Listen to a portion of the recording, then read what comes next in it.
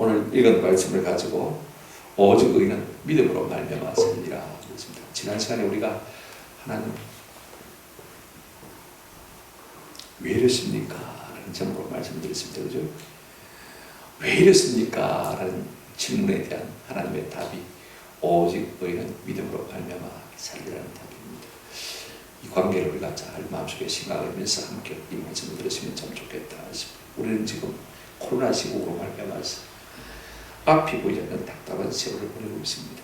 봄이 왔는지 또 봄이 가도 가는지 우리 교회당 앞에 이제 벚꽃이 한참 피기 시작합니다만 별로 마음에 시들렁한 그런 것 같아요. 이럴 때일수록 우리 성도가 본연의 자리로 돌아가는 것이 참 필요할 것 같습니다. 여러분 선자 하박국이요 자신이 파수꾼임을 알고 파수하는 성도의 소리라 한 것처럼 우리 역시 하나님의 이름으로 그 하나님의 백성을 자각하고 좀 기도의 자리로 나가서는 참 좋겠다 싶습니다. 우리가 기도의 자리에 나가서 지금 이때 하나님께서 우리에게 하시는 말씀을 듣고 그 말씀을 부여잡고 그 말씀을 믿음으로 살아내는 그런 은혜가 있기를 주님의 이름으로 축원합니다. 우리가 읽은 본문은 지난 시간에 이어서 연속되는 하박국 선자의 이야기입니다. 이 하박국 선자는요 아마도 요야김 시대에 활동하던 선자일 것 같아요. 요야김은 별로 이름이 중요하지 않습니다만은요 그 아버지 요시야는 유다 말기에 아주 종교개혁자로 유명한 경건한 왕입니다. 그가 어쨌든 유다 나라를 말씀으로 붙들고 지키려고 애를 썼습니다. 그런데 죽고 나자 말입니다. 마치 이 용수철을 갖다가 꽉 눌렸다가 놓은 것처럼 말입니다. 제가 막 그냥 유대 서양이 폭발적으로 증가하는 것을 볼 수가 있습니다. 이 현실을 두고 경건한 하박국 선자가 하나님 어째 이러십니까? 하고 탄식했습니다. 이 백성을 그냥 두시겠습니까? 그 당시에 유일한 교회가 무엇입니까? 유다사이 아닙니까? 유다 민족, 유다 나라인데 교회가 타락했으니 소망이 있습니까? 하나님 그냥 보고 두시렵니까? 그랬더니 하나님께서 지난 시간에 우리가 정리하면 어떻습니까? 뭐라고 말했습니까? 내가 다 준비하고 있다. 네 눈을 들어서 열국을 바라고 예국을 한번 바라보라. 내가 국산 몽둥이가 아니고 외제 야구 방망이를 준비하고 있다라고 말씀하시고 지금 너희 주변에 티르 나라가 어디냐? 바벨론 어디냐? 갈대안 있냐? 내가 그 갈대를 들어서 내가 심판하는 도구로 쓸 것이다. 그렇게 말씀하셨습니다. 이 말씀을 하시자 이 하박국 선자가 또 마음의 갈등이 있습니다. 무슨 갈등이냐면 저 잔인한 바벨론이 우리를 다 깡그리 포로로 끌고 가면 우리가 살아남기자는 것입니다. 그리고 하나님 한번 생각해 보십시오. 그래도 아무리 교회가 아무리 부족해도 그죠? 하나님의 교회를 세상을 들어서 심판하시면 되겠습니까? 더 악한 자를 들어서 심판하시면 그러면 하나님의 공의가 뭐가 됩니까? 그 질문을 하면 지금 이제 하박국 선자가 하나님의 답을 지금 기다리고 있는 참입니다. 이것이 오늘 본문에 기록된 내용인 것을 볼 수가 있습니다. 이제 첫 번째로 우리가 생각할 것은요, 하박국 선자가 먼저 죄로 망된 이 조국 유다를 왜 심판하지 않느냐고 하나님 앞에 체험했고 하나님은 바벨론에서 심판할 것이라고 말씀하셨습니다. 그런데 바벨론을 들어서 심판하신다고 하니까 이 하박국 선자의 마음에 또 걸리는 것이 있습니다. 하나님 어찌 교회를 세상을 통해서 심판하시려고 합니까? 그죠? 지금 그 질문해놓고 하박국 선자가 기다리고 있습니다. 1절 보시길 바랍니다. 내가 내 파수하는 곳에 서며 성루에 서리라. 그가 내게 무엇이라 말씀하시든지 기다리고 바라보며 나의 질문에 대하여 어떻게 대답하시든지 보리라 했더니 라고 말하고 있습니다. 여기서 우리는 하박국 선자에 대해서 두 가지로 생각해 볼 수가 있습니다. 이 하박국 선자는요 선지자의 사명이 재난을 미리 지켜보는 파수꾼인 것을 안 것을 볼 수가 있습니다. 보십시오. 내가 파수하는 곳에 있으며 그렇게 말씀하고 있습니다. 내가 내 파수하는 곳에 있으며 여러분 선지자의 사명은 파수하는 것이 선지자의 사명입니다. 에스겔 3장 17절에 보게 되지만 인자야 내가 너를 이스라엘 족속에 파수꾼으로 세웠으니 에스겔 선지자를 무엇으로 세웠다고요? 파수꾼으로 세웠다라고 말씀하신 것을 볼 수가 있습니다. 여러분 파수꾼이 하는 일이 무엇입니까? 높은 망대에 올라가서 그죠? 멀리 바라보면서 적군사들이 그죠? 달려오는지 아닌지 그죠? 그걸 살펴보는 것이 파수꾼이 하는 일인 것입니다. 마치 파수꾼이 이런 일을 하듯이 말입니다. 하나님의 선자는 어떤 사람입니까? 하나님이 하시는 일들, 하나님의 계획들을 미리 알고 그죠? 이스라엘 백성들을 경고하고 깨우는 이 일을 하는 것을 볼 수가 있습니다. 그래서 오늘 이 하박국 선자는요, 내가 내 파수하는 내가 성루에 서겠다 이렇게 바라고 있는 것을 볼 수가 있습니다. 실제로 저 성망대에 올라가다는 이야기 아닙니다. 항상 하나님의 음성을 듣는 기도의 밀실로 나갔다 그 말씀인 것입니다. 내가 내 파수하는 곳에 서리라. 이 말씀은요, 그가 항상 하나님께 묻고 듣는 시공간에 있었음을 말하고 있는 것을 볼 수가 있습니다. 그렇다면 오늘 우리가 이 시대의 성가대로 살아가는 성도라면 어떻게 살아야 될까? 여러분, 우리도 이 선자 하박국처럼요, 하나님 앞에 묻고 답을 듣는 이 기도의 밀실 구조, 이런 시공간이 있어야 돼요. 좀 이런 시간도 가져야 되고 이런 공간도 우리 삶에 필요한 것을 볼 수 있어요. 그래야 하나님께서 우리에게 말씀하실 틈이 있을 거 아니에요. 그죠? 그런가 하면 두 번째로 이 하박국 선자는요, 선자가 하나님께 묻고 답을 받아 말하는 자임을 알고 있었던 것을 우리가 볼 수가 있습니다. 하반절 보시면 1절, 그가 내게 무엇이라 말씀하시는지 기다리고 바라보며 나의 질문에 대하여 어떻게 대답하시는지 보리라 하였더니 라고 말하고 있는 것을 볼 수가 있습니다. 지금 이 하박국 선자가 참 잘하는 것이 뭐냐면 집요하게 묻고 집요하게 하는데 답을 얻어내려고 한다는 힘이 참 중요합니다. 지난 시간에 제가 말씀을 드렸습니다만은요, 우리 한국교회 성도들이 잘 안 되는 것이 뭐냐면 기도는 많이 해요. 그죠? 따따따따 하고 막 하나님 앞에 내 모든 소원들을 다 다발총처럼 쏘아 올립니다. 그죠? 근데 조금 지나고 나면 내가 뭘 기도했는지조차 몰라. 그런 경우가 참 많습니다. 그리고 하나님이 응답해 주시기를 기다리지도 않는 것을 볼 수가 있습니다. 그냥 기도하는 건 끝이. 그 다음에 또 하나가 뭐가 문제냐면요, 하나님께서 기도에 응답을 주시도 내가 뭘 기도했는지조차 모르니까 기도의 응답을 받았는지 안 받았는지조차 모르는 것을 볼 수가 있습니다. 오늘 우리가 이 땅을 성각대로 살아가려면요, 좀 하박국 같은 그런 마음이 필요합니다. 하나님 앞에 묻고 반드시 그 답을 얻어내고 그 답을 부여잡고 내가 살겠다는 믿음의 각오가 있어야 되는 것을 볼 수가 있습니다. 우리가 이 시대의 파수꾼 아닙니까? 하박국 선자처럼요, 하나님 앞에 묻고 그 답을 기다리는 그런 성도가 됐으면 참 좋겠다. 그 답을 받아서 사람이 됐으면 참 좋겠다 싶은 생각이 들어요. 그렇지 않으면요, 우리가 세상 상식에 휘둘릴 수가 있습니다. 내 생각에 휘둘릴 수가 있습니다. 그렇지 않으면요, 뉴스나 여론에 휘둘릴 수가 있습니다. 그죠? 그렇지 않습니까? 오늘 우리가 TV를 보면 교회 나가지 말아야 되겠다 싶은 생각이 듭니다. 그죠? 이런 식으로 교회 안 나가야지 그런 생각이 듭니다만, 그러나 여러분, 하나님께 받아 말씀을 붙들고 있는 사람은요, 생각이 다를 수가 있는 것을 볼 수가 있습니다. 그러므로 이런 때일수록 우리가 하나님 앞에 묻고 하나님 주는 답을 붙들고 그 말씀을 붙들어 살아가는 은혜가 있기를 주님의 이름으로 축원합니다. 그럴 때 두 번째로 하나님께서 이 하박국 선자에게 뭐라고 응답해 주시느냐, 그 응답이 2절부터 4절까지 나와 있습니다. 하나님께서 세 가지로 이 하박국 선자에게 말씀해 주셨어요. 첫째 뭐냐면요, 이렇게 말하고 있습니다. 2절에 보십시오. 여호와께서 내게 대답하여 이르시되 너는 이 묵시를 기록하여 판에 어떻게 새겨하여 맹백히 새겨서 달려가면서도 읽을 수 있게 하라 라고 말씀하신 것을 볼 수가 있습니다. 묵시가 무엇입니까? 하나님께서 환상 중에 보여주시고 들려주신 말씀이죠. 하나님의 계획, 하나님의 뜻인 것을 볼 수가 있습니다. 하나님께서 먼저 이 묵시를 판에 맹백히 새기라고 말씀하셨습니다. 여러분, 이스라엘 백성들에게 하나님께서 십계명을 주실 때 어디에 새겨주셨습니까? 돌판에 새겨주신 것을 볼 수가 있습니다. 여러분, 돌판에 새겨 놓으면요, 지워집니까? 안 지워집니까? 안 지워집니다. 그만큼 중요한 말씀이니까 마치 돌판에 새기듯이 네 마음에 이 말씀을 새기라 그 말인 것입니다. 옛날 사람들은 돌판에 새기기가 쉽지 않으니까 톱판 흙에다가 말입니다, 이렇게 맨적게 반질반질하게 목판처럼 만들어가지고 거기다가 글을 새기고 그 다음에 그걸 가지고 굽습니다. 도다리 굽듯이 구우면 나중에 단단해지니까 글자가 그대로 남아있으니까 그렇게 만든 것을 볼 수가 있습니다. 왜 판에 명백히 새기라고 말씀하고 있습니까? 하나님께서 지금 하신 말씀이 너무 중요하기 때문에 그렇습니다. 두 번째를 보십시오. 뭐라고 말하고 있냐면 달려가면서도 말하라, 읽을 수 있게 하라 라고 말씀하십니다. 우리가 고속도로를 달다 보면 고속도로 주변에 큰 전광판, 광고판, 밑간판 있지 않습니까? 그죠? 거기는 우리가 시속 150km 달려도요, 보입니까? 안 보입니까? 아무리 빨리 달려도 글자가 워낙 크게 있기 때문에 다 보이는 것을 볼 수가 있습니다. 그래서 달려가면서도 말하라, 읽을 수 있게 하라. 멀리서도 아무리 바쁜 사람도 이 말씀을 읽고 듣고 깨닫게 하라. 그만큼 중요한 말씀입니다. 그 말입니다.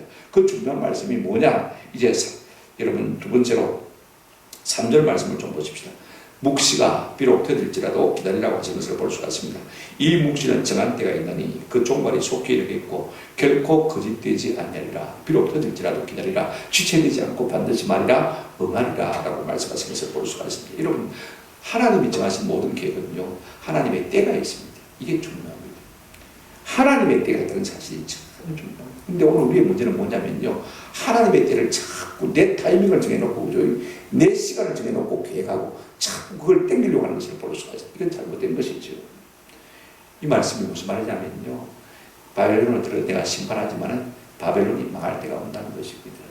여러분, 바벨론이 언제 망했냐면 이제 메데-파사나라 다리오 왕이 쳐들어왔을 때, 벨사살 왕 때, 그죠? 그날 밤 하나님께서 이 바벨론을 치실 것을 볼 수 있는데, 그게 때가 주전 539년입니다. 그러니까 하박국 선지자가 이 말씀을 받은 때부터 가만히 거꾸로 계산해 보면 70년 후에 되어질 일입니다. 여러분, 상당히 오랜 세월이 가지 않습니까? 그죠? 70년 후에 되어질 일인데 하나님께서 이렇게 말씀하십니다. 그 종말이 속히 이르겠고, 여러분 70년이 후딱 가버립니다. 그죠? 그 다음에 결코 거짓되지 않으리라. 비록 더딜지라도 마라 기다리라. 지체되지 않고 만다고 했습니까? 반드시 이루리라 라고 말씀하시는 것을 볼 수가 있습니다. 그렇다면 하나님께서 왜 바벨론을 일으키셨습니까? 유다 백성을 징치하기 위해서, 하나님께서 인생체 즉 사람 맡기기로 사용하시기 위해서 일으킨 것을 볼 수가 있습니다. 사람 만들기 위해서, 교회를 교회되기 위해서 일으킨 것을 볼 수가 있습니다. 오늘 우리가 코로나19도요, 그렇게 이해하면 참 좋을 것 같아요. 하나님께서 몸된 교회를 교회되기 위해서 바짝 긴장케 하십니다. 이렇게 이해하시면 돼요. 아마 이런 훈련들이 우리에게 유익할 것 같아요. 앞으로 말입니다. 종말이 가까우면 가까울수록 이런 일들이 빚어질 것입니다. 그때 우리가 이걸 거울 삼아서 내가 어떻게 믿음 생활을 할 것인가를 지금 결단하고 미리 준비하고 연습하는 것이 참 필요할 것 같아요. 또 한 가지 유익이 있습니다. 어떤 유익이 있습니까? 우리가 코로나 바이러스를 두려워하지 않습니까? 조심하지 않습니까? 죄를 이처럼 두려워하고 조심하면요, 우리가 참 하나님 앞에 얼마나 성실한 삶을 살겠냐 하는 생각도 우리가 하게 되었습니다. 근데 우리가 이렇게 깨닫고 말입니다. 하나님이 원하시는 교회로 되었으면요, 맡기기가 필요합니까? 안 합니까? 인생 재청이 필요합니까? 안 합니까? 필요 없습니다. 그러면 용도 필요해야 되는 거죠. 그러면 저절로 하나님께서 바벨론을 망케 하시겠다라고 말씀하고 있는 것을 볼 수가 있습니다. 우리가 이런 기도할 때 조심해야 될 것은요, 내가 시간을 정해놓은 하나님, 내가 이번 일주일 기도하니까 일주일 내로 응답해 주십시오. 그죠? 1년 기도할 테니까 1년 내로 응답해 주십시오. 이건요, 조금 하나님 앞에 무리한 일인 것을 볼 수가 있습니다. 여러분, 아브라함이요, 75세 때 아들 주시겠다는 약속을 하나님 앞에 받았습니다. 그죠? 근데 10년이 지났을 가나안 땅에 들어와가지고 85세 때 됐을 때 막 아브라함이 흔들리고 있는데 마침 아내 사랑한 거라고 말합니까? 이제 당신이나 나라 좀 늙었으니까 안 되겠다, 포기해야 되겠다. 내 몸 좀 하가를 줄 테니까 당신 그 들어가서 시바지로 아들 낳으라고 그랬습니다. 여러분, 아브라함이 흔들리지 않고 믿음이 있었으면 뭐라고 했습니까? 반드시 하나님이 당신을 통해서 아들을 주신다고 했으니까 당신하고 내하고 사귀어서 아들을 낳아야지. 어떻게 그렇게 할 수 있냐? 벤치 쓰면 안 되는데, 그죠? 얼마든지 이렇게 말할 수 있음에도 불구하고 이 아브라함 자신도 믿음이 없으니까 어떻게 했습니까? 헷갈려가지고 그냥 하가를 취해서 누구를 낳았습니까? 이스마엘을 낳았습니다. 여러분, 불신이요, 얼마나 엄청난 지향의 불씨가 됐나 우리가 잘 알고 있습니다. 보십시오. 그 이스마엘의 후손들과 이삭의 후손인 이스라엘과 지금까지도 대립각을 세우고 싸우고 있지 않습니까? 여러분, 한 번씩 보십시오. 이 불신이 얼마나 놀라운 무서운 결과를 초래하는지를 우리가 좀 깊이 생각할 필요가 있을 것 같아요. 중요한 것은 이렇습니다. 하나님께서 궁극적으로 무슨 말씀하시기 위해서 말씀하시냐면요, 성경을 보십시다. 여러분, 4절 말씀입니다. 이렇게 말하고 있습니다. 4절에요, 보라, 그의 마음은 교만하며 그 속에서 정직하지 못하나. 바벨론을 말합니다. 바벨론의 마음은 교만하고, 여러분, 세상 항상 교만합니다. 세상 사람들의 마음에는 정직이 없습니다. 그죠? 근데 이렇게 말하고 있습니다. 의인은 그의 믿음으로 말미암아 살리라. 의인은 뭐로 말미암아 살리라? 믿음으로 말미암아 살리라. 아주 귀한 이 말씀을 하시기 위해서 하나님께서 앞에 말씀하신 것을 볼 수가 있습니다. 여러분, 이 의인은 믿음으로 말미암아 살리라는 말씀은요, 성경 중에서 가장 하이라이트 같은 말씀입니다. 우리가 신약 성경에 이 말씀을 인용한 곳이 두 번 오는데 로마서 1장 17절입니다. 그죠? 오직 의인은 믿음으로 말미암아 산다. 이때 바울은 무슨 이야기를 하냐면요, 이 이야기를 하기 위해서 그렇습니다. 사람이 율법의 행위로 구원받는 것이 아니고 예수 그리스도 보혈의 공로를 마음으로 믿음으로 구원받는다. 이 진리를 확인하기 위해서 지금 이 말씀을 인용하고 있는 것을 볼 수가 있습니다. 그러니까 이 말씀이 주는 의미가 뭐냐면요, 아주 중요한 말씀입니다. 우리가 어떤 행위로도 구원받는 것이 아니고 무엇으로요? 예수로도 그분이 날 대신해서 십자가에서 피 흘리심으로 말미암아 내 죄를 대속하심으로 말미암아 내가 구원받는다. 이걸 말하고 있는 것을 볼 수 있습니다. 이 신덕기의 교리라고 하죠. 그래서 믿음으로 구원받는다는 의미가 하나 있습니다. 그런데 또 하나의 의미가 있습니다. 히브리서 10장 38절을 보게 되시면요, 뭐라고 말씀하고 있냐면 이렇게 말하고 있습니다. 나의 의인은 믿음으로 말미암아 살리라. 또한 뒤로 물러가면 내 마음이 그를 기뻐하지 아니하리라 하셨느니라. 이 말씀은 무엇이냐면 성도의 개인을 말하고 있는 것을 볼 수가 있습니다. 우리가 믿음으로 구원받습니다. 동시에 믿음으로 인내하고 믿음으로 말 수 있습니까? 승리할 수 있습니다. 믿음이 없으면요, 약속에 대한 믿음이 없으면요, 우리가 이 험한 세상 싸워 이길 수가 없는 것입니다. 그냥 세상으로 떠밀려 내려갈 수밖에 없는 것입니다. 그러므로 우리가 우리의 믿음의 근거는요, 내 어떤 느낌이나 내 감정이 아닙니다. 이번 사업은 잘 될 것 같다. 그죠? 그런 것이 아닙니다. 일은 잘 될 것 같다. 여러분, 그거는요, 믿음의 근거가 되지 못합니다. 그건 내 감정에 불과한 것입니다. 진짜 우리가 믿음의 근거로 삼아야 될 것은요, 하나님의 말씀인 것입니다. 사람이나 환경이나 그런 것이 아니라 하나님의 말씀입니다. 여러분, 성도에게 주신 하나님의 복이 뭐냐면요, 여러분 한번 생각해 보십시오. 성도라고 감기 안 걸립니까?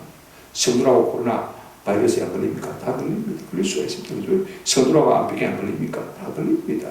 그런데 성도에게 주신 복은요, 그때 우리의 삶의 국면마다 그것을 붙들고 감당할 수 있는 말씀을 주신다는 것입니다. 이게 복입니다. 여러분, 성도는요, 말씀이 주는 것이 가장 큰 복인 것입니다. 그 말씀을 붙들고 살면요, 우여곡절이 있지만 마침내 그 말씀을 들어주는 것을 우리가 경험할 수 있는 것입니다. 이것이 성도가 받는 복 중에 가장 큰 복인 것입니다. 그래서 기독교는 말씀의 종교입니다. 그래서 기독교는 믿음의 종교입니다. 보십시오. 로마서 10장 17절에 믿음은 들음에서 나고 들음은 뭐로 말미암다고 했습니까? 그리스도의 말씀. 그래서 우리가 자꾸 말씀을 들어야 믿음이 생깁니다. 뉴스만 자꾸 보면요, 기독교가 죽일 놈이 되어져. 이 광신자예요. 그죠? 그렇지 않습니까? 그러나 하나님의 말씀이 들어오면요, 아니다, 이건 사단의 길이다. 그죠? 얼마든지 깨닫게 되는 것을 볼 수가 있습니다. 베드로가 예수님께 3년 제자 훈련을 받을 때 이해할 수 있는 말도 많이 들었습니다. 예수님께서 한번 그런 말씀하셨죠. 이 성전을 흘라, 예루살렘 성전을 흘라, 내가 사흘 만에 다시 세우겠다. 그때는 베드로가 무슨 말인지 몰랐어요. 근데 예수님께서 십자가에 죽으시고 다시 사흘 만에 부활하신 다음에야, 비로소 진짜 성전 되신 분이 예수님이구나, 그 말을 하셨구나 하고 베드로가 깨달지 않습니까? 그렇죠? 대부분 하나님의 말씀과 우리의 현실은요, 정반대로 갈 경우가 참 많습니다. 그때 우리는 현실에 걸려갈 것인가, 아니면은 말씀을 붙들고 있을까, 우리가 결단해야 돼요. 좀 어렵지만은요, 약속의 말씀을 부여잡고 기다리고 바라보면요, 그 말씀이 반드시 성취하는 것을 깨닫게 될 줄로 믿습니다. 그렇다고 해서 우리가 농땡이치라는 말은 결단코 아닙니다. 때가 되면 성취되는 것입니다. 성도의 삶은 오직 믿음으로 사는 삶입니다. 이제 유다가 앞으로 얼마 있으면 바벨론으로 끌려가게 될 것입니다. 진짜 믿음 있는 사람이라면 70년 만에 포로 생활이 끝나고 유다가 이제 바벨론이 망한다고 했으니까 말입니다. 그죠? 그 포로로 끌려간 삶 가운데서 믿음의 전제를 지키며, 그죠? 인내하며 살 것입니다. 그런 사람들은요, 하나님의 위로가 있을 것이고, 하나님의 특별한 보호가 있을 것이고, 도우심이 있을 것입니다. 인내하고 기다리면 하나님께서 반드시 그들 가운데 복을 주실 줄로 믿습니다. 그러므로 우리가 붙들어야 될 것이 뭐냐? 하나님의 약속의 말씀입니다. 이 약속의 말씀을 믿음으로 붙들면요, 한번 합시다. 살리라.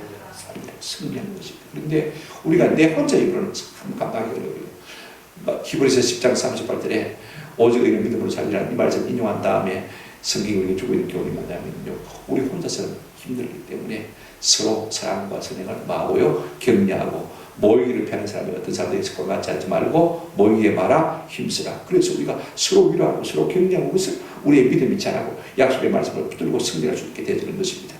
이 같은 은혜가 우리에게 있기를 주님의 이름으로 축원합니다. 세 번째로 우리가 생각할 것은요, 그다음 5절부터 20절 말씀입니다.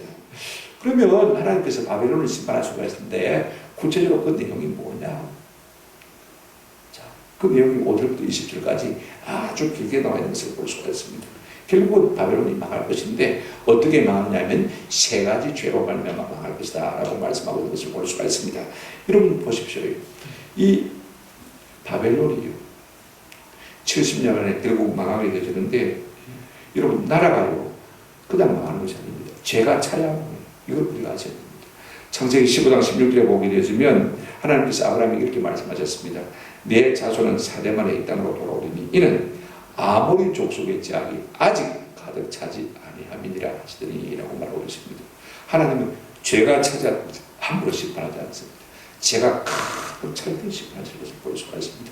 이 바벨론도 죄가 가득 차야 하나님이 심판하실 텐데 앞으로 세 가지 죄가 가득 찰 것이라고 말씀하고 있는 것을 볼 수가 있습니다. 그 첫째가 무엇입니까? 술을 즐기고, 둘째가요 아주 욕심이 끝이 없습니다. 온 세계를 정복 전쟁을 해서 자기 땅이 아닌 것을 자기가 다 취하려고 하는 것, 이 욕심, 탐욕, 그죠? 세 번째가 우상숭배였습니다. 우리가 하나씩 생각해봤으면 좋겠는데 여러분 먼저 5절을 보시기 바랍니다. 바벨론이 망한 것은요 다른 나라에 대해서 포악을 하는 것 때문에 망한 것을 볼 수가 있습니다. 5절 한번 보실까요? 그는 술을 즐기며 거짓되고 교만하여 가만히 있지 않냐. 가만히 있을 줄 모릅니다. 그죠?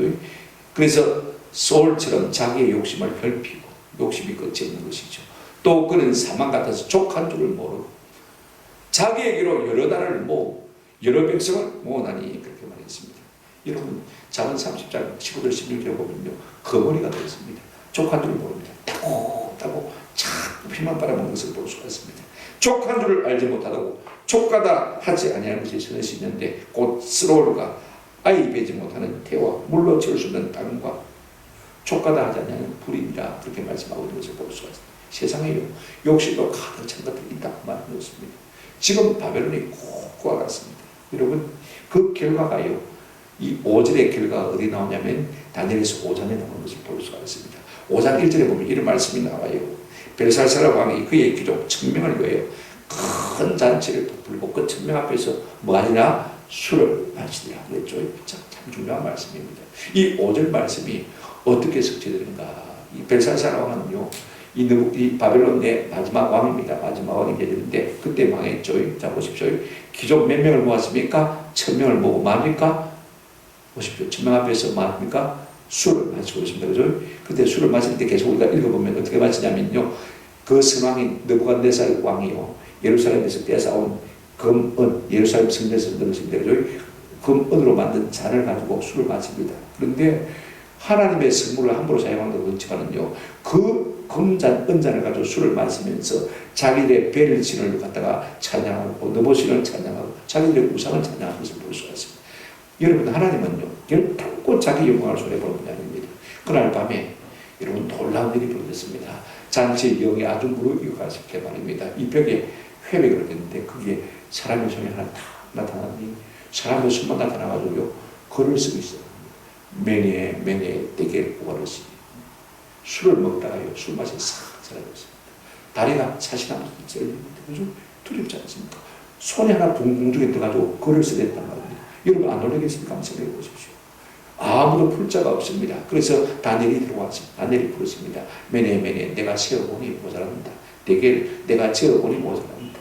그래서 우발하신 내가 나누겠다. 끊어버리겠다. 그 말씀인 것입니다. 무슨 말씀입니까? 지금 술을 마시고 잔치를 하고 있습니다. 그죠? 하나님께서 그 날을 막게 하겠다라고 말씀하신 것을 볼 수가 있습니다. 그날에 이 바벨론이 망한 것을 볼 수가 있습니다. 그런데 이 말을 해석하면 내가 이 땅에 새 체제라고 세우겠다 그랬거든요. 3인자로 만들겠다고 했습니다. 그러면 왜 3인자입니까? 2인자가 아니고 그죠? 여러분 벨사살 왕은 아들 사실은 왕입니다. 왕자입니다. 왕자. 아버지 나보디더스는 지금 아프리카 정복전쟁에 가 있습니다. 한 2, 3년 세월을 보내고 있습니다. 그 당시에 공백에 이 벨사살 왕이 지금 섭정을 하고 있습니다. 그러면서 술 마시고 엉청거리고 아버지는 어디 나갔습니까? 정복전쟁에 나가요. 여러분 꼭 성경 그대로. 그래서 결국 바벨론이 망하고 가는 것을 우리가 볼 수가 있습니다. 6절부터 15절 초까지 가서 보면요. 바벨론의 포로로 끌려온 백성들이 너무 힘들고 고생이 되니까 신세 한탄하는 것을 속담으로 지어 노래로 지어 만든 부른 것이 오늘 본문입니다. 자, 6절 보시기 바랍니다. 그 무리가 다 속담으로 그를 평론하며 조롱하는 시로 그를 풍자하지 않겠느냐. 곧 이르기를 화 있을진저 자기 소유하는 것을 모으는 자여 언제까지 이르겠느냐. 볼모 잡은 것으로 무겁게 짐진 자여 7절에 너를 억누른 자들이 갑자기 일어나지 않겠느냐. 너를 괴롭힐 자들이 깨어나지 않겠느냐. 내가 그들에게 노력을 당하지 아니하겠느냐. 내가 여러 나라를 노력하였으므로 그 모든 민족을 남은 자가 너를 노래하리니 이는 내가 사람의 피를 흘렸으며 또 땅과 성읍과 그 안에 주민들에게 강포를 행하였습니다. 하나님께서요 이걸 다 알고 계십니다. 근데 고통을 하는 사람들이 이 말을 노래를 지어서 지금 부르고 있는 것입니다. 그러니 여러분 그 나라가 망조난 거 아닙니까? 그죠? 그러니까 점점 자기들도 불안하거든요. 그래서 9절에 어떻게 하고 있습니까? 재앙을 피하기 위하여 높은 데 기다리려 하며 그랬습니다. 혹시 나라가 망할지 모르니까 우리가 덕경과 난공불락을 지었으면 좋겠다. 여러분 삶을 바꾸려고 하지 않고요 인간적인 자고처를 쓰는 것을 볼 수가 있습니다. 여러분 그런다고 해서 문제가 해결되는 것은 결단코 아니지 않습니까? 하나님의 심판의 원리가 뭐냐면요 한번 더 합시다. 심은 대로 거둡니다. 행한 대로 받는 것이 이 원리가 있습니다. 바벨론이 온 세계 가운데 못된 짓을 하고 다 다니더니 결국은요 하나님께서 그대의 그 포악함으로 말미암아 심판할 것을 지금 모든 포로 불려온 사람들이 노래를 지어 부르고 있는 것을 볼 수가 있습니다. 그날이 되면요 어떤 일이 벌어지냐 11절 한번 보시기 바랍니다. 담에서 돌이 부러지고 집에서 들보가 분다가리라. 여러분 돌로 담을 쌓았을 때 돌담이 겠죠. 그러니까 돌이 뭐하고요 부러지고 집에서 다 들보가 있지 않습니까? 그죠? 들보가 부러진다. 여러분 어떻게 돌이 입이 있습니까? 들보가 입이 있습니까? 그죠? 그러나 입이 있습니다. 창세기 4장에 보게 되어지면 이제 가인이 예배에 실패한 것 때문에 동생 아벨을 돌로 쳐죽였습니다. 하나님께서 뭐라고 말씀하셨습니까? 지금 아벨의 피가 내게 호소합니다. 땅이 지금 내게 호소하고 있다 그렇게 말했습니다. 여러분 그들에게도 그들의 은혜가 있습니다. 하나님이 알아두시는 은혜가 있다는 사실과 기간을 필요가 있습니다. 무슨 말을 지금 하고 있습니까? 하나님 맞습니다. 그때 바벨론 적 인간들이 못된 짓 한 거 맞습니다. 내가 다 봤습니다. 들보도 말하고 돌도 말하고 다 말하는 것이 도울 자가 없는 것이 12절 피로 성읍을 건설하며 불의로 성을 건축하는 자에게 화해 있을지니라. 그래서 망하는 것을 우리가 볼 수가 있습니다. 둘째로요 바벨론이 망한 것은 술 때문에 망했습니다. 다시 5절 보시기 바랍니다. 그는 술을 즐기며 거짓되고 교만하여 가만히 있지 아니하고 그 다음에 15절 넘어가서 보실까요? 이웃에게 술을 마시게 하되 자기의 분노를 더하여 그에게 취하게 하고 그랬습니다. 여러분 바벨론은요 술로 시작해서 술로 망한다랍니다. 여러분 이 아합과 그 다음에 경건한 여호사밧 왕이 사돈관계를 맺었습니다. 그죠? 그때 이 아합이 무슨 생각이 든다면 내가 길랄 라못을 쳤으면 좋겠다. 그래가지고 이제 여호사밧 왕을 불러가지고 잔치를 합니다. 그죠? 술을 근하게 먹이고 내가 한 가지 부탁이 있는데 내하고 저 길랄 라못을 치러 갑시다. 그죠? 그렇게 해서 악한 기교를 이룬 것을 볼 수가 있습니다. 여러분 술자리에서 악한 일들이 다 벌어집니다. 그 도모가 다 일어나는 것을 우리가 볼 수가 있습니다. 에스더 1장을 우리가 보게 되었으면요 아하수에로 왕이 전국 127도의 도지사를 다 불러 모았습니다. 불러 모아서 잔치하는데 여러분 180일 동안 잔치합니다. 여러분 하루 잔치하는 것도 힘든데 그죠? 한번 생각해 보시고 더 파티 같은데 여러분 한번 생각해 보시고 127명의 도지사를 불러가지고 잔치를 하면요 얼마나 잘해야 되겠습니까? 하루에 며칠만 안 들겠습니까? 그걸 며칠 동안 했습니까? 180일 동안 6개월 동안 했다 그 말입니다. 여러분 술이 안 따라가고 잔치가 되겠습니까? 근하게 180일 동안 잔치합니다. 뭐 때문에 잔치하느냐? 우리 성경에 기록되어 있지 않지만 세속 역사에 기록이 되어 있습니다. 그 아버지가 말입니다. 헬라와 전쟁하다가 해전에서 대패를 하고 사망을 했거든요. 그 다음에 자기가 왕이 되었습니다. 5년 동안 힘을 길렀습니다. 우리 아버지의 원수를 갚겠다. 그죠? 그래서 술자리에서 127명의 도지사를 불러 모아놓고 이제 내가 준비가 됐다. 내 재산도 이제는 엄청나다. 힘도 있다. 그러니까 우리가 한번 헬라를 치자. 그죠? 그렇게 이론을 한 것입니다. 이걸 못 보지. 그리고 이제 우리가 마지막 한잔하고 이제 헤어지자. 이럽니다. 그죠? 그런데 우리 마누라 왕비 미모도 한번 봐야 되겠나? 한번 보여주려고 이제 왕후 와시대를 불렀습니다. 불렀는데 내가 네 시다바리 갖고는 안 옵니다. 여러분 127명의 도지사를 모아가지고 이제 180일 동안 잔치하면서 마음을 한 대로 딱 모아가지고 싸우고 딱 나가고 그랬는데 마누라 받은 말을 안 들으면 여기 있으겠습니까? 한번 생각해 보십시오. 그 도지사들이 뭐라고 생각하겠습니까? 아이가 전쟁 틀렸다고 생각하겠습니까?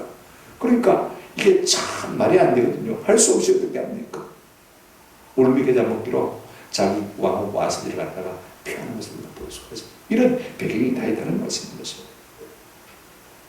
결국 바벨론은요 끝없던 탐욕으로 말미암은 정복 전쟁으로 그 그 다음에 술을 마시면서 악한 교회를 행함으로 말미암아 멸망하는 것을 볼 수가 있습니다. 세 번째가 뭐냐면요, 18절 19절에 나옵니다. 우상을 섬긴 죄로 말미암아 하나님의 심판을 받습니다. 18절 19절 보실까요? 삶이요, 잘못됐으면 삶을 바꿔야 되는데 여러분, 삶을 바꾸지 않고 우리가 우상에게 나온다 해서 문제가 해결될 거 아닙니다. 한번 보십시오. 18절 19절에 새긴 우상은 그 새겨 만든 자에게 무엇이 유익하겠느냐. 부어 만든 우상은 거짓 스승이라. 만든 자가 이 말하지 못하는 우상을 의지하니 무엇이 유익하겠느냐. 여러분, 우상이 무슨 말을 합니까? 사람이 만들었는데, 그죠? 거기다 금은으로 칠을 했습니다만은요, 그게 무슨 생명이 있겠습니까? 8절에 19절에 보시면 보라, 이는 은과 금과 은으로 입힌 것인지 한번 따라합시다. 그 속에는 도무지 생기가 없다. 도무지 생기가 없다. 생기가 도무지 없다. 그 무슨 혼이 있습니까? 아무 효험이 없습니다. 그들 우상을 의지하지만요, 나중에는 무거운 짐만 되고 망치가 볼 수가 있습니다. 우리가 이걸 아셔야 돼요. 바벨론이 왜 망하느냐? 세 가지 이유 때문에 망합니다. 그죠? 끝없는 탐욕으로 말미암은 탐욕, 정복 전쟁. 두 번째, 술로 악한 기업을 행하는 것. 세 번째, 삶을 바꾸려고 생각하지 않고 자꾸 뭘 합니까? 우상을 의지하는 것 때문에 망하는 것을 볼 수가 있습니다. 정리하면 그렇습니다. 하나님, 어떻게 바벨론을 들어서 교회를 시간하려고 하십니까? 불안하지 않습니까? 그때 하나님 뭐라고 말씀하셨습니까? 70년이 차면 바벨론도 욕도 피할 것입니다. 걱정하지 말고 기다리라. 이와 같은 일이 일어날 때 14절 말씀, 이는 물이 바다를 덮음같이 여호와의 영광을 인정하는 것이 세상에 가득합니다. 우리가 물이 바다 덮음같이 찬양을 잘 알고 있습니다만 그와 같은 놀라운 일이 일어나는 것입니다. 하나님은 자기 영광을 결단코 손해보시는 게 아니라는 사실을 우리가 기억할 필요가 있을 것 같아요. 우리가 이 말씀을 들으면 우리 마음속에 어떤 생각이 듭니까? 아, 그렇구나. 비록 더뎌도 하나님의 말씀만 붙들고 살면 되겠구나 하는 결론이라는 것을 볼 수가 있습니다. 여러분, 바벨론 군대는 교만합니다. 여러분, 정직이 없습니다. 세상이 또 그렇습니다. 우리가 날마다 만나는 세상은 교만합니다. 그 속에 정직이 없습니다. 그런 세상 속에서 우리가 어떻게 살아남을 것인가? 내가 주는 말씀 붙들고 살아라. 지금 그렇게 말씀하는 것을 볼 수가 있습니다. 때가 되면 이런 것이다. 아무리 세상의 주변이 치욕받을지라도 오늘 우리가 때마다 주시는 그 말씀을 붙들고 살면 반드시 승리하게 될 줄로 믿습니다. 이런 믿음이 좀 우리에게 있으면 참 좋겠다 하십니다. 하나님의 말씀은 결국 하나님의 말씀대로 이루어지는 것을 볼 수가 있습니다. 4절 말씀, 보라, 그의 마음은 교만하며 그 속에서 정직하지 못하나 너희는 그의 믿음으로 말미암아 말이라 살리라. 말씀을 맺습니다. 우리 성도는 이 땅의 파수꾼으로 성각자로 부름을 받은 사람들입니다. 그러므로 성도는요, 내 생각을 조절거리는 사람입니다. 이걸 우리가 생각하죠. 내 상식을 말하고 내가 어디 들은 풍문을 말하는 사람들이 아닙니다. 이게 참 중요해요. 세상 사람들이 자꾸 말하는 그런 세상 이야기 우리가 인용하는 사람들이 아닌 것입니다. 뭐냐? 하나님이 주신 말씀을 붙들고 그 말씀대로 붙들고 살아가는 사람인 것입니다. 그래서 히브리서 10장 38절에 이런 말씀이 있습니다. 나의 의인은 믿음으로 말미암아 살리라. 또한 뒤로 물러가면 내 마음이 그를 기뻐하지 아니하리라 그랬습니다. 이 말씀을 딱 인용해놓고 그 다음에 히브리서 11장 1절로 넘어가는 것을 볼 수 있습니다. 히브리서 11장 1절에 뭐라고 했습니까? 믿음은 바라는 것들의 실상이요 보이지 않는 것들의 증거니라고 시작했습니다. 여러분, 믿으면 실상이 된다는 말입니다. 지금 보이지 않지만 바라면 실상이 된다는 것이죠. 그러면서 11장 1절에서부터 시작해가지고 쭉 우리가 믿음의 용자라고 말하지 않습니까? 믿음의 용들을 열거하고 있는 것을 볼 수가 있습니다. 그들이 다 약속의 말씀을 믿음으로 붙들고 살다가 죽었다 그 말씀하고 있습니다. 아벨은요, 믿음으로 더 나은 제사를 드렸다. 믿음이 있으면요, 더 나은 예배를 드린 사람이 될 줄로 믿습니다. 믿음이 있으니까 하나님 살아계신 것을 믿고 그런 자들에게 살릴 수 있음을 믿고 믿음이 있으니까 예수 그리스도 십자가 보혈로 말미암아 내 제사함 받은 것을 믿었으니까 그죠? 더 나은 예배를 드릴 수가 있습니다. 여러분, 에녹도 마찬가지입니다. 300년 동안 하나님과 동행했지 않습니까? 그죠? 그가 하나님의 말씀을 받을 때가 언제냐면 모두셀라 아들을 낳을 때입니다. 그죠? 이 모두셀라는 이름의 뜻이 무엇입니까? 제가 창세기 강의에서 말씀드렸죠. 모두란 말은 그가 죽는다. 죽을 것이다 그런 뜻입니다. 그 다음에 셀라, 그 다음에 그가 심판하실 것이다 그런 뜻을 갖고 있습니다. 무슨 말이냐면 머두셀라가 죽으면 하나님께서 홍수로 말할 것이다. 심판할 것이다.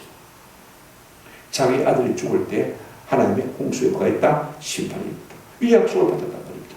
그 다음부터 정신 바짝 차리고 하나님이 세상을 심판하시구나. 그래서 여러분 약속의 말씀을 붙들고 믿음으로 승리하고 하나님과 동행하는 삶을 살게 된 줄로 믿습니다. 여러분 노아와 마찬가지입니다. 120년 후에 하나님께서 홍수를 심판한다고 했습니다. 그래서 산 꼭대기에서 방주를 짓습니다. 세상에 그런 바보가 어디 있습니까? 한번 생각해 보십시오. 배를 갖다가 바닷가에서 지어야지. 그죠? 어떻게 산 꼭대기에서 짓는 것입니까? 모든 세상 사람들이 다 놓아보고 한마디씩 했습니다. 미친놈이라고, 정신 나간 놈이라고. 그러니까 광신자지. 그죠? 다 한마디씩 했을 것입니다. 그럼에도 불구하고 묵묵기도 하는 믿음으로 뭐 했습니까? 방주를 졌더니 온 가족이 구원받는 역사 이런 것을 볼 수가 있습니다. 이게 참 아브라함 하나님께서 갈대고리에서 부르셨습니다. 갈 바를 알지 못하고 가나안 땅으로 나갑니다. 하나님이 약속해 주셨습니다. 내 씨로 번성하겠다. 큰 민족을 이루게 합니다. 첫 번째 약속. 두 번째 약속이 뭡니까? 자 보십시오. 이 가나안 땅을 너와 내 후손에게 막겠다. 기업으로 주겠다고 하셨습니다. 세 번째, 내 씨로 말미암아 예수 그리스도가 이 땅에 올 것이고 그로 말미암아 천하 만민이 하나님 앞에 구원받는 자리로 나갈 것이다. 약속을 주셨습니다. 여러분 보십시오. 아브라함이요. 이미 성취된 약속도 있습니다만 이 약속이 자기 뒤에 다 이루어지는 아니거든요. 차츰차츰 이루어진 것을 볼 수가 있습니다. 자기 뒤에 이루어지지 않았지만 우리 주님이 그렇게 말씀하셨습니다. 아브라함이 나의 때 볼 것을 보고 사모하다가 보고 즐거워했다. 그렇게 말하고 있는 것을 볼 수가 있습니다. 요한복음 8장이죠. 자 보십시오. 아브라함은요. 예수 오신 것을 못 봤습니다만 영으로 마음으로 기대하고 사모하고 사는 것을 볼 수가 있습니다. 그 믿음으로 승리하는 것. 저는요. 우리가 살다가 믿음으로 살다가 우리의 삶이 죽이 되든지 밥이 되든지 하나님의 말씀을 붙들고 살면요. 반드시 그 말씀이 성취되는 것을 경험하게 될 줄로 믿습니다. 우리가 중요한 것은 내가 내 생각으로 하나님을 제한하지 않았으면 좋겠습니다. 특별히 때를 제한하지 않았으면 좋겠습니다. 하나님의 때가 있다는 사실을 늘 기억하십시오. 성도의 복은 다른 것이 없습니다. 하나님의 말씀이 성도의 복인 줄로 믿습니다. 그 말씀만 붙들고 믿음으로 살면요. 반드시 말이라 오직 의인은 믿음으로 말미암아 말이라 살리라. 구원받을 뿐 아니라 언제든지 인내하고 승리하고 이 세상에서 영광을 얻을 것이다. 그 말씀을 하고 있는 것을 볼 수가 있습니다. 주님 다시 오실 것입니다. 이 소망, 이 믿음을 가지고 우리가 살면요. 반드시 승리할 수 있을 것입니다. 하나님 왜 이러십니까? 하고 하박국이 호소하기 시작했습니다만은요. 그 답으로 하나님 무슨 말씀하셨습니까?